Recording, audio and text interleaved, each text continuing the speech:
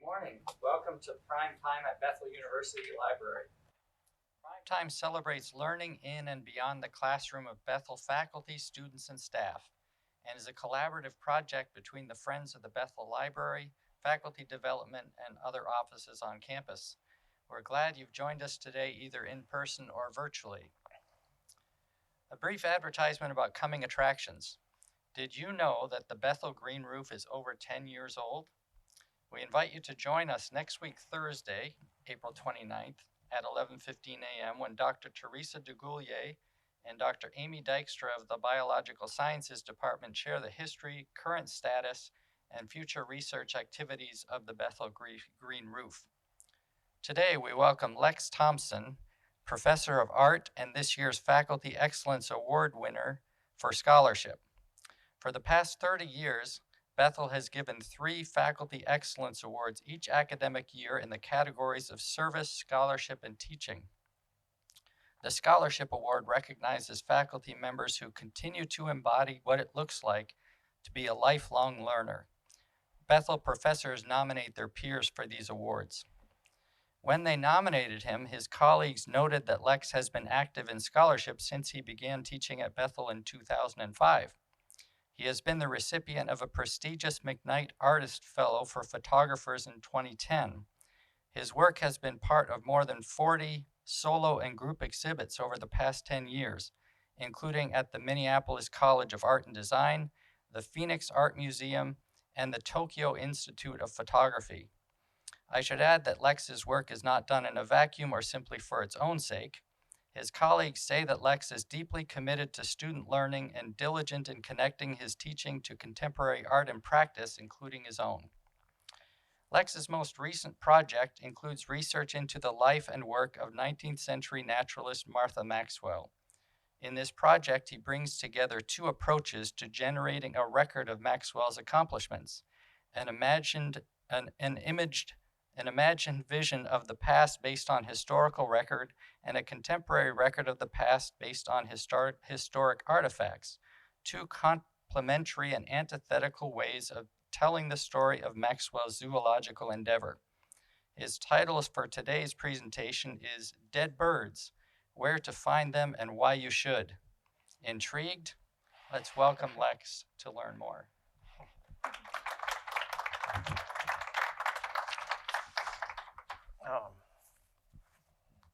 It's weird not to wear this now, right? Like, it's really unsettling. Thank you, Ray. Thank you, library. Thank you, colleagues who have given me this award. It is really very meaningful. So thank you very much. When we went to shut down, I had just put up an exhibit in the Johnson Gallery based on work I've been doing about John Ruskin, 19th century art critic, natural scientist, sort of, and many other, social reformer, many other things. At that time, I had basically just finished working on projects about him and about Maxwell. I put up that show in the Johnson Gallery after having just recently put up a show about Maxwell in Denver. And they both sort of concluded at the same time as like everything else concluded. But you'll see that they didn't really quite conclude, thank you, COVID. But so I wanted to share with you the one maybe you hadn't seen as much of, if you'd seen the other in the Johnson Gallery. Right, so I've been obsessed with dioramas since I was a kid, right? The museum, going in and looking at the floating manatee was always my favorite. So when you start looking at the history of dioramas, everyone is just going to talk about this guy, Carl Akeley. And this is his first diorama, or the diorama that he's first famous for, that embodies like all of what we think about with modern habitat dioramas. It's just over in Milwaukee. It's these muskrats. It's animals posed in lifelike positions within their own habitat, these painted backgrounds, right? And there's good reason to like Carl Akeley here. This is from his most famous sets. of dioramas that are at the American Museum of Natural History in New York. These are the mountain gorillas. They're amazing. They're fantastic dioramas. There's a reason everyone goes there to see them. He did these this one in like the early 1920s. He actually, on a second trip, so the first trip he shot the gorillas, and he actually felt really bad about it, which is, normally a lot of taxidermists are shooting the animals and stuffing them. And after he did it with the gorilla, he felt bad, and then he started only being willing to take pictures of them, which feels like interesting to me personally as a photographer. But he went on a second trip there, and he actually died, and he got buried on one of those mountains that's in the back of this diorama.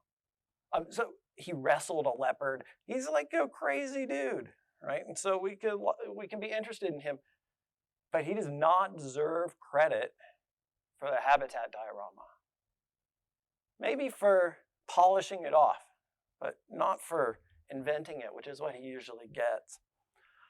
We have to go further into the past when we think about dioramas and how they started. This is a painting by Charles Willson Peale, of Charles Willson Peale, called The Artist in His Museum. He's lifting the curtain to show you his museum. This was the first natural history museum in the United States, in Philadelphia. 1822 is this painting. And you can see in the back, behind the curtain, all of the little display cases full of birds, right? And there's some historical descriptions that say that there may have even been some where the backgrounds were painted, right? So this is the early museum in America. This is the Wagner Free Institute of Science, which is also in Philadelphia. And you can see the animals, they just sort of sit out and they're in cases. They have no backgrounds. A lot of times they're taxonomically related to each other rather than ecologically related to each other. This is still like this exactly. The Wagner Free Institute was created in order to teach science, mostly to women and poor people who were not getting that education at the time. And it has been preserved. They won't change anything. It's exactly like what it used to be. Similarly preserved museum is the Museum of Comparative Zoology at Harvard, where you can see how the animals are put into cases by taxonomic relationships. Right? It's still like this. They have other elements, other parts of the museum that are done differently. But we'll come back to Harvard. But so these things start to change in the mid-19th century. This is the person who caught my attention, Martha Maxwell. And these are collections, so I get like obsessive about these things. I started collecting photographs of her. Thank you, eBay, for taking all of my money.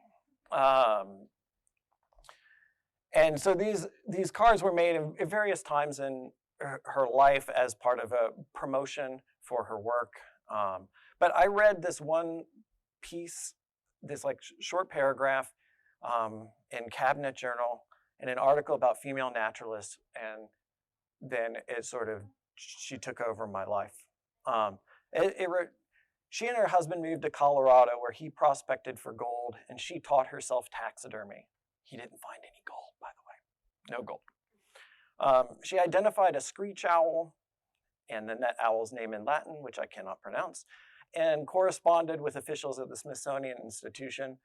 But her major achievement was being invited to represent Colorado at the 1876 Centennial Exposition in Philadelphia.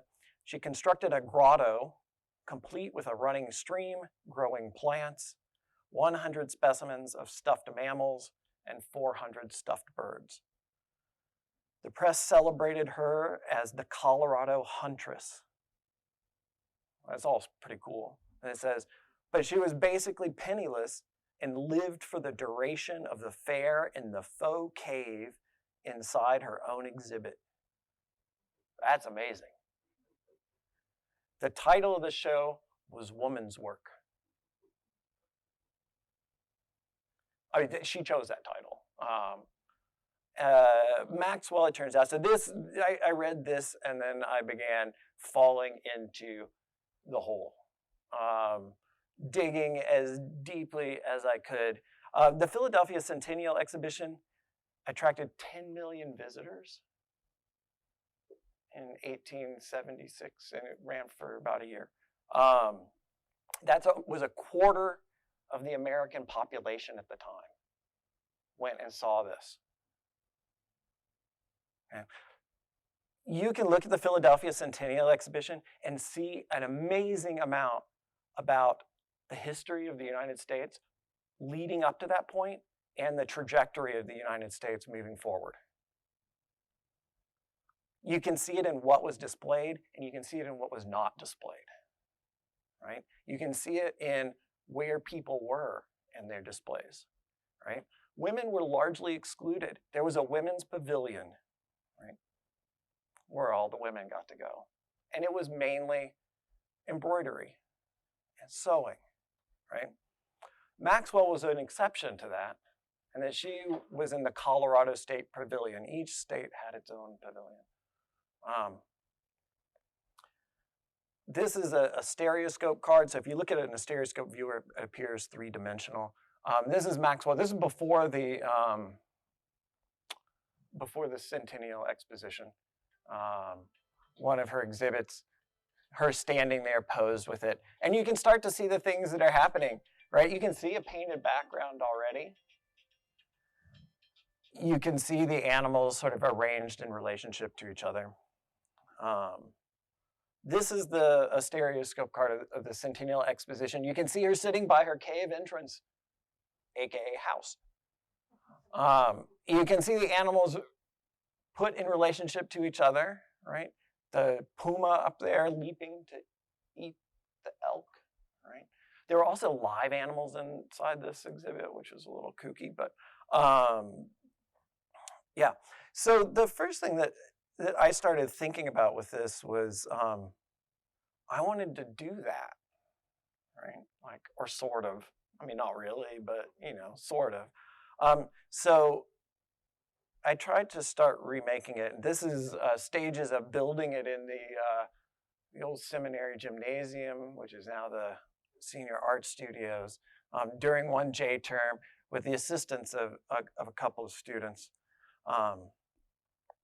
In the end, that resulted in the production of this kinetoscope that when you looked inside, you saw a film of Martha Maxwell, played by Amanda Hamilton, very well, working on a fox, borrowed from the biology department, along with an owl, and some other things, some props and things borrowed from theater.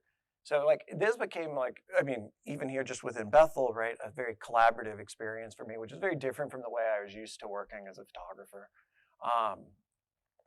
But so I set this in front of the green screen, which you'll see becomes a big part of the work that I'm doing and on Maxwell, with the idea being that part of what Maxwell is doing is putting these animals that she's extracting from the habitats, which, by the way, she is extracting from the habitats.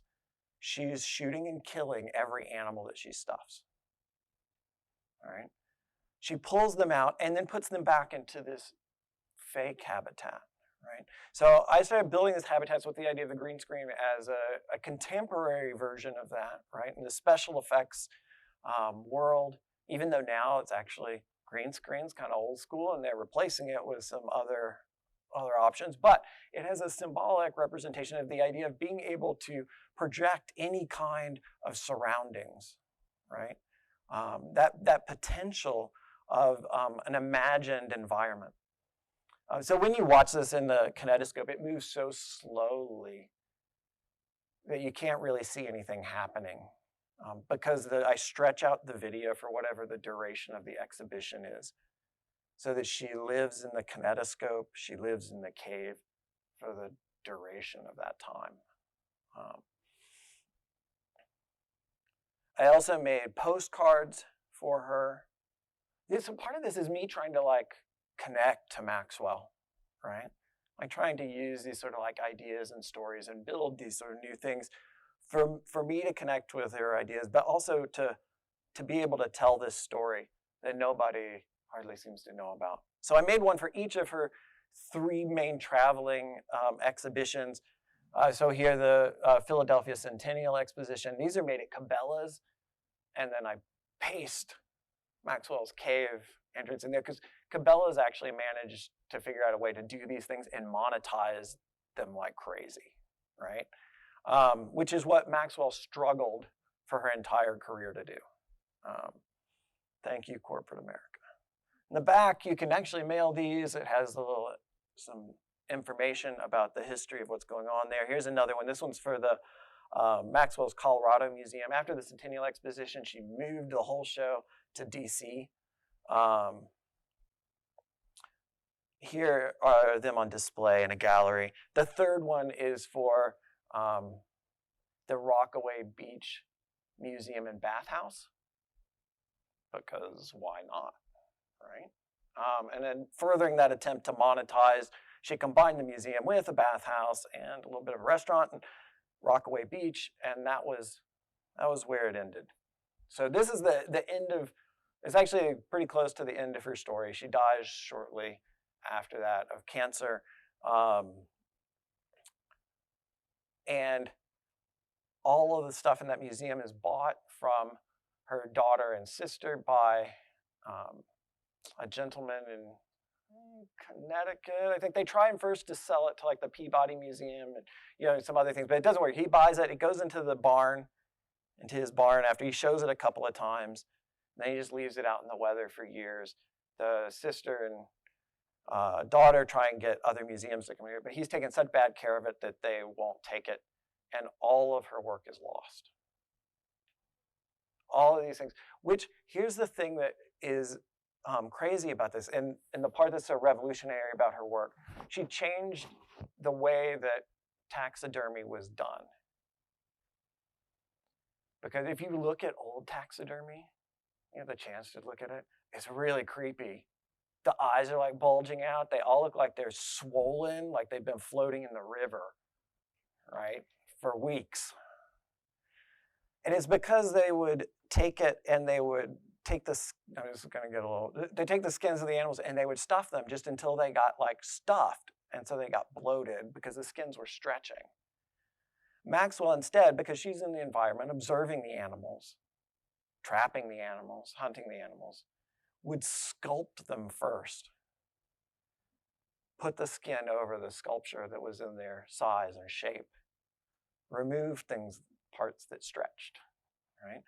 And so rebuild the animal so that it was lifelike.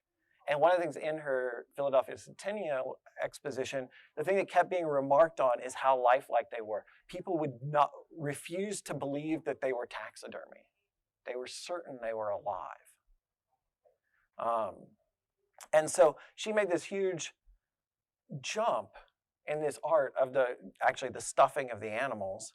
She made this huge jump in putting them into these habitat groupings with grass and things that would be in their environment, related to each other, hunting each other, trying to eat each other. And in the Philadelphia exposition, there are no painted backgrounds, but you can see some of that in some of the other works. Because before that, when she was living in Colorado, she started by trying to open a museum. So then it started as I continued to dig into what was going on with Maxwell. I had read the primary biography. It was from the 1980s. I had read her sister's biography of her that was contemporaneous. And that was the bulk of the information that was available. So we had to dig a little more. So I went to where she lived, which is this. And now there's no house there. This is in Boulder. There's a park. And in that park, there is actually a very small plaque. And it also has something about some other person on it. But so while she was in Boulder, her husband's digging for gold, not finding it. She opens a museum. This was what Boulder looked like. There's one brick building that one in the back. Her museum was on the second floor of that building. So that building is still there. So I went to see if I could, find any of her animals in it. But instead, I found this chiropractor, an empty room, this guy who runs adventure tours in Colorado, and up in the top right there, a guy who I think was doing some sort of weird stock trading stuff. He was a little sketchy, but very nice. I wasn't sure what was happening in that room. But so her museum, it closed down. She wasn't making any money. She moved it to Denver. So I tried to go there to see if I could find any animals. Now it's this huge office complex. There's like a stock photo agency on the top floor, and I tried to work an angle to get into there, but my contact didn't work out. They were very touchy about it, and the whole building was touchy about it. Like as soon as I walked in with the camera, the security guards came at me, and they're telling me to get out, and I was like, all right, I won't take any pictures, I promise, but I did. It was not a real promise. So this is the elevator that could have conceivably taken me up to a level at which her museum would have once been. So I didn't really expect to find any dead animals, but I wanted to feel those places, where she had made these things and tried to make these things that sadly just couldn't work. But I mean, really, the idea of a natural history museum in frontier Colorado in the mid-19th century, they're barely making it work in New York. Right? She was committed to this. But it was the people who went were astounded. Naturalists who traveled to Colorado and went were blown away, right? So she got this reputation. So she ends up in the Philadelphia Centennial representing Colorado. One of the most loved exhibits in the whole thing, right? And I will say also, just to point out, I have one source that says that Carl Akeley was actually there and probably would have seen it. One of his colleagues at the Milwaukee Museum absolutely was there and did see it because he's written descriptions of it. And also Thomas Sadler Roberts, who is responsible for starting the dioramas, not actually making them, but getting them going at the Bell Museum. In its original location, also saw her exhibit at the Philadelphia Centennial. So while I was there, her papers are housed at the History Colorado. So I went through all of her stuff. It's weird to rummage through somebody's stuff, but it's kind of exciting. So here's her Bible. It's seen some better days, I think. But I liked having Genesis here, right, as ideas of the animals. Her photo album where she clipped all these pictures, many of which, so a lot of these are the original prints of things that got reproduced into those stereo cards and those carte de vis that I showed you at the beginning, that I'm buying on eBay. So I didn't steal any of them from the History Center. Her drawings of some birds, right? This is, you think about Audubon's, famous for those paintings. And he did the same thing. He shot them and then painted them. And so she's drawing them as part of understanding their lifelike postures, right? Their poses. Tickets for her museum in Colorado. This is a letter from P.T. Barnum, which is he was one of the greatest figures of the 19th century. And it became really interesting because one of the things Maxwell tried to do in order to save her museum was to Barnumize it a little bit, making what become funny little scenes, monkeys playing poker. That's the best one. There's a picture of that one that's really good. Here's phrenological charts for her and her daughter. reading their heads to tell us about their personalities, right? The shapes of their heads.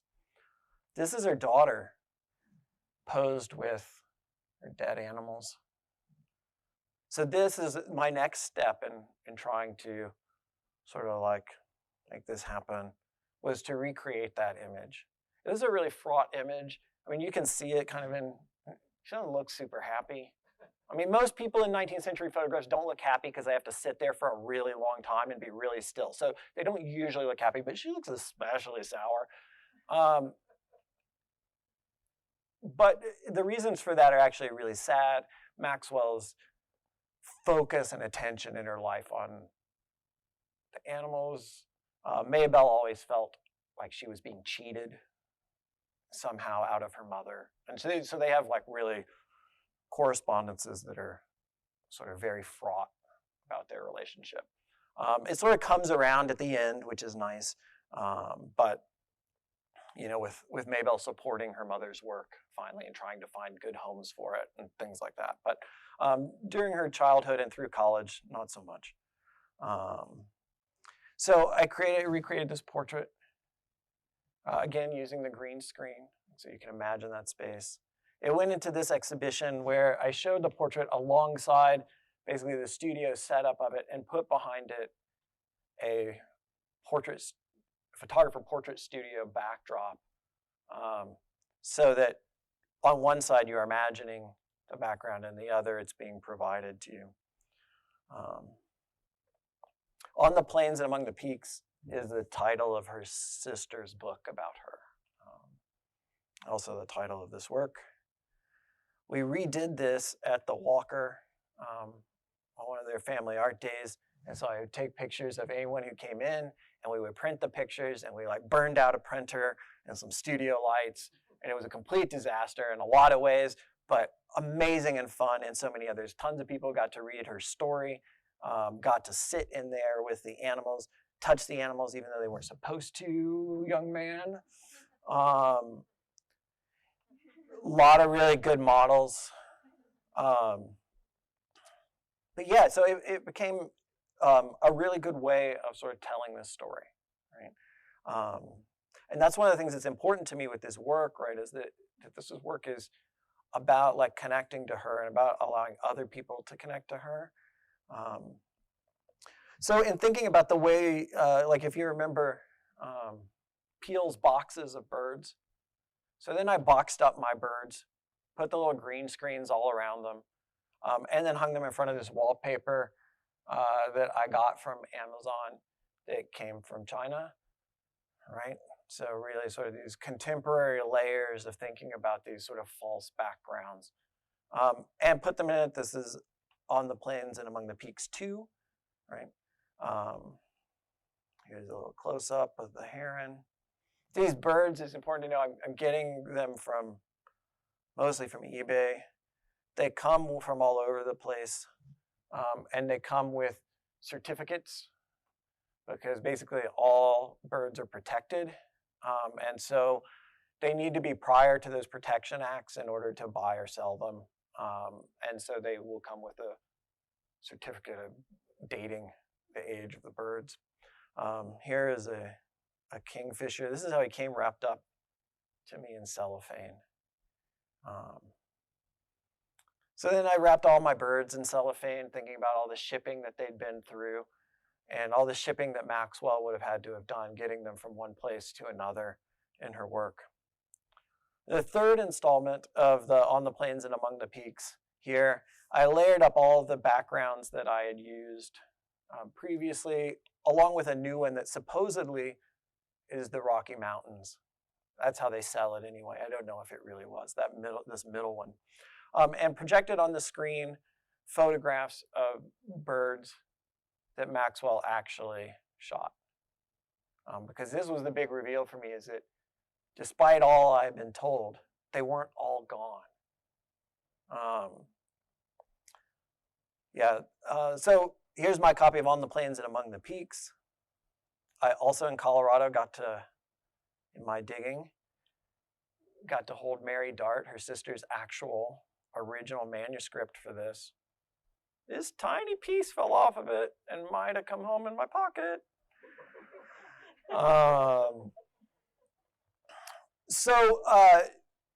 In this book, there are two lists of specimens. These are kind of the most complete lists we have of what Maxwell had collected. One is a list of birds by Robert Ridgway, who was the curator of ornithology at the Smithsonian, and another by the naturalist Elliott Coues, who made a list of her mammals. And so I made this book, in which if you go onto the internet, you can watch it page by page. We have it here too, so people can look at it if you're a live in-person person. In which I illustrated all of the animals in those lists by cutting them out of magazines and field guides. It was my sort of weak contemporary city person's version of hunting. But so what happened to all our animals, right? Because like I couldn't illustrate that list and make a natural history folio of the animals she had collected because they were gone. Well, first, a bunch of the animals she sold to Shaw's Garden, which is now the Missouri Botanical Garden. And this is a picture of Henry Shaw at his funeral viewing, which is awesome. But you can see up in the top, that's a Maxwell eagle. This is the remaining documentation that they have of the hundreds of animals that they got from her. They discontinued that portion of their exhibitions and they're all lost. But so the bulk of the things, right, I mean, I knew what had happened to the Centennial animals. So the question was, what happened where were some other animals? Are there any other animals? In the biography, the contemporary biography, it suggests that it says that there are like about 6 birds at the Smithsonian that she had sent to Ridgway. So I went there. They gave me this badge. It says no escort required. That was a total mistake, right? I don't know why they thought they could trust me that much at the Smithsonian, because this badge opened all the doors. I ended up in entomology and couldn't find my way back to birds after lunch. It was a mess. But at the Smithsonian, they did have these birds, but it turns out they actually had a lot more birds than was known. Primarily birds that she had traded to Robert Ridgway when he was the curator there, and that he later donated to the museum. Oh, slow. Okay, so these are the type specimens for the owl that is named after her. So the type specimen is the one, like the original one that's used to identify the species, and that then later, if you're trying to determine what it is, you will compare it to this type specimen, right? So these are important birds. These were all the birds are in a special case, but then these birds are in a special case, because these are the ones. They also at the Smithsonian have this bird. It's a little dusky grouse chick. This is the only remaining specimen of Maxwell's mounted birds or animals at all.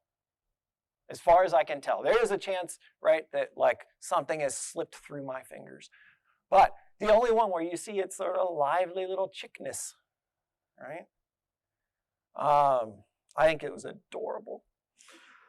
But, so the birds normally, they live here, next to the internet, because they like to watch Netflix. They're in the drawers. You open the drawers, here they are. There's tons of birds,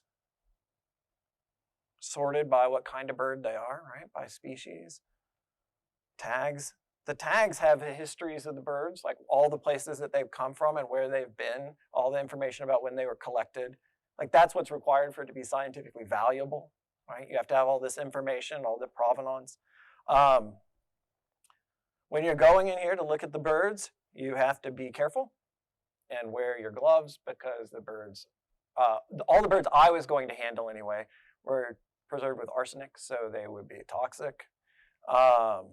Sometimes the birds aren't there. He was sent to the birdie doctor for repair. But so I photographed those, the birds that you saw, along with 25 others or so at the Smithsonian. And I thought I'd done it all. And I told the curator, I was in there, I was like, I got them all. He's like, yeah, you got all the ones in the digital database. I was like, wait a second, what does that mean? What do you mean I got all the ones in the digital database? He's like, oh yeah, we haven't got everything into the database yet. Like Juncos aren't in there. I'm like, oh. So I thought I was all done. I thought I had all of Maxwell's birds. And he said, nope, we're going to go over here. We pulled the 19th century acquisition ledgers off the shelf. Like, it seems like hardly anybody ever touches those, it seems like. And we started looking. We went through the whole time period. Found one other bird that had not been in the database yet. But at the same time discovered the Smithsonian had a bunch of other birds that they had sent away, right? Because one of the things that the institutions do is trade birds or other specimens with other institutions. So then I had a whole new list, right, of birds that I had to track down. In the end, a lot of them were lost, right, in various places. Like one went to Dresden, bombed, right, gone. But a lot of them are here where I photographed this eagle at the Harvard Museum of Comparative Zoology. Here's some more birds from there. But at Harvard, they also had some mammals. And they were fun because they all looked like they were on a slip and slide.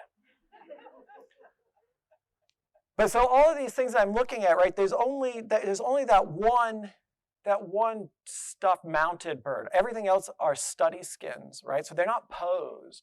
They're like stuffed with things to keep them from like squashing, help them keep their shape a little bit, but they're not posed. So then I had to work on some bird trades because there was one at the Royal Ontario Museum. There was one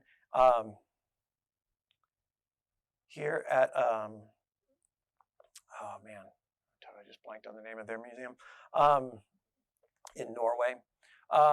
And so I had to work on this. This one is mounted, but not by Maxwell. It was sent by the Smithsonian as a study skin to the museum, and they mounted it afterwards, which you can see is why it looks so weird and its eyes rolling up into its head and stuff. I blame them for that.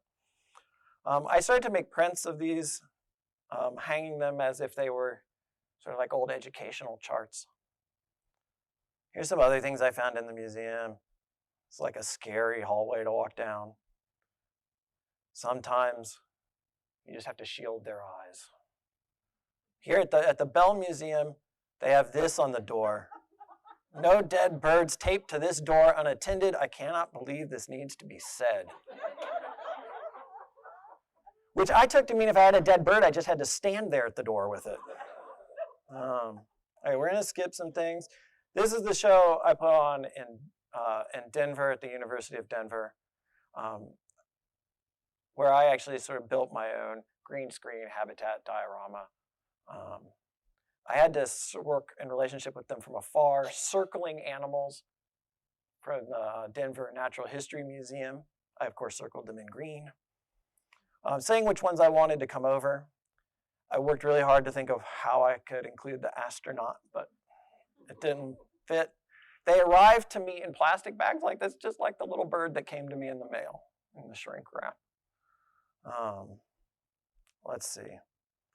All right, so I'm going to maybe skip some things. I'm not going to read you this long story. There's a great thing about Mark Twain. Mark Twain wrote about Barnum's exhibition called The Happy Family, where basically the lambs and the lions are in one exhibit together, and the lions, don't eat them until the people aren't looking, and then they eat them. They just have to replace the lambs, right? Which has this like biblical reference, right? And anyway, so people were making taxidermy like this, where they would shove all the animals together. Here's a picture I made of a place where that was done, and they all like look happy. It looks like it's like a Disney cartoon. But so I kind of went for that here, right? Like that they're posing together like a happy family. And there's a spot where you can get your picture made. This is like the perfect spot here, which is a reference to when Kodak used to put these in tourist locations, telling you where to make your picture. And I made it with the iPhone and the Kodak Orange. For that exhibition, mostly I spent like 3 days steaming green screen fabric and then posing the animals. But so finally, where I end up with this is completing my process is to create a second book, which I also have here, of the images of all of Maxwell's remaining specimens. It's organized in the same sequence that the lists from the first book are, but it has all the ones that I know are still out there. If there turns out to be another one, I don't know what I'll do. But so since this is the library, I thought it was only fitting that they be here. The second book has had enormous delays because of COVID. This copy is wrong. I still don't have them. They're going to go in this box, but this is just like a prototype box because I haven't been able to build the final box because I still don't have the books to make sure they fit exactly. But so you're welcome, those of you who are here, to come up at the end and take a look at the books. And so eventually, very soon, hopefully, I will have completed this project. So yeah, I think I'm probably a little close to the end. So questions?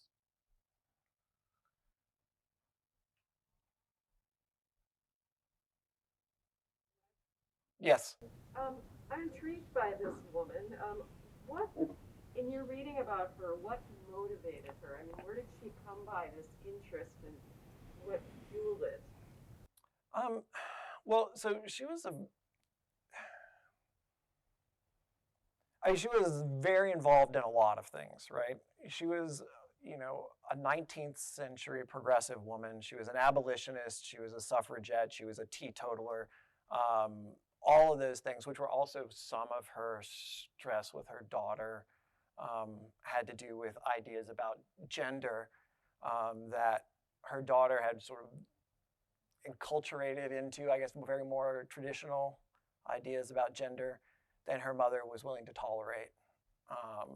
And even so, when her daughter was at Oberlin and wanted to wear fancy dresses, Maxwell would say no, right? That she shouldn't dress that way. She should dress like everybody else. She shouldn't play into this. So she was, so in some ways, this was, I think, about doing something that she wasn't supposed to be doing, that like everybody else was telling her she shouldn't be doing, right? But then she also just loved nature. She was a vegetarian. And so people would challenge her on this, and she would say, well, you kill the animals just to eat them for yourself. I kill them to preserve them for immortality, which is also sad because most of them didn't make it. But so there was like this kind of thing. I mean, she has this very deep passion for the natural world. I mean, part of living, she actually was born in Wisconsin before she moved to Colorado. And so she was living in it. The first time she saw it was actually I believe it was a person traveling through town who was hunting and skinning and stuffing animals. And that was her first introduction to it. And she was just sort of so amazed by it as she went into that.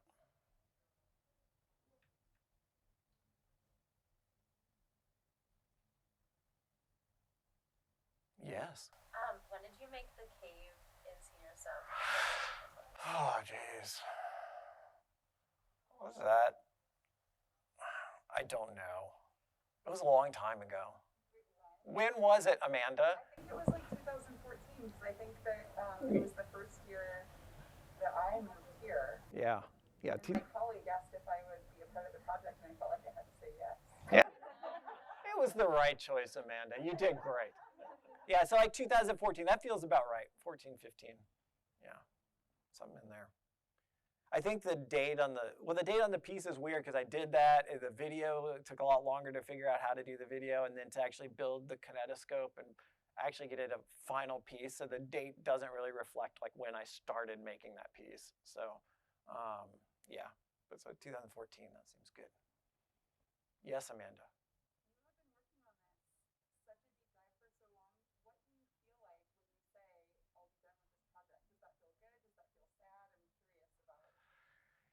It feels good.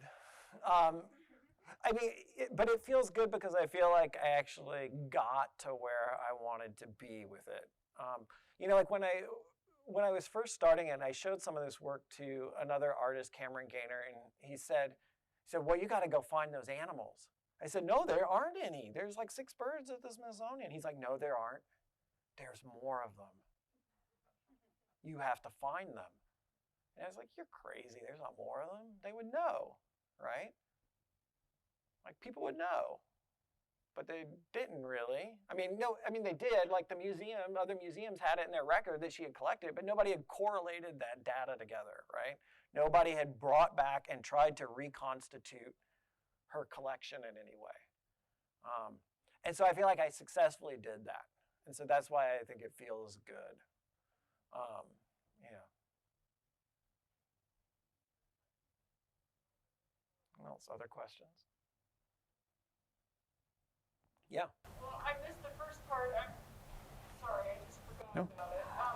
And so maybe you talk about this, but what was your initial motivation for getting into this? Yeah, I read this article where it talked about her living in her cave that she had built in the Centennial Exposition for the year, and I thought, that is the most amazing thing ever, right? To be this committed to this thing, to do this kind of revolutionary thing, be completely broke, and then live in your own exhibit. I mean, because it's amazing. She became a part of the diorama, right? And she was a part of it. She was living in the cave with the animals that she had hunted and killed and stuffed, right? And then she stayed there throughout the exposition. People would ask her questions. She would engage them about what had gone on there. Yeah, she tried to monetize all these. She tried to make pictures and sell the pictures, but the Centennial Photographic Company had all the rights to that, so they would like come and shut her down, you know, and stuff. I mean, there's like all these sorts of sad tales in this. But yeah, so that's why I got just totally sucked into that. The peculiarities of that and the dedication of that and like her obsession, which became my obsession. So, yeah. Yeah. Did her husband ever travel with her? Or did he... Oh my gosh, that guy. He did not really. I mean, you know, he came out some, but they tried a bunch of different stuff. They tried to run a restaurant together. They ran like a laundry together. They did some things. By the end of her life, they were not really together. You know, he was still in Colorado, I think, when she was on the East Coast. They were sort of, you know, still in touch, but yeah. Their lives had gone different ways. Yeah.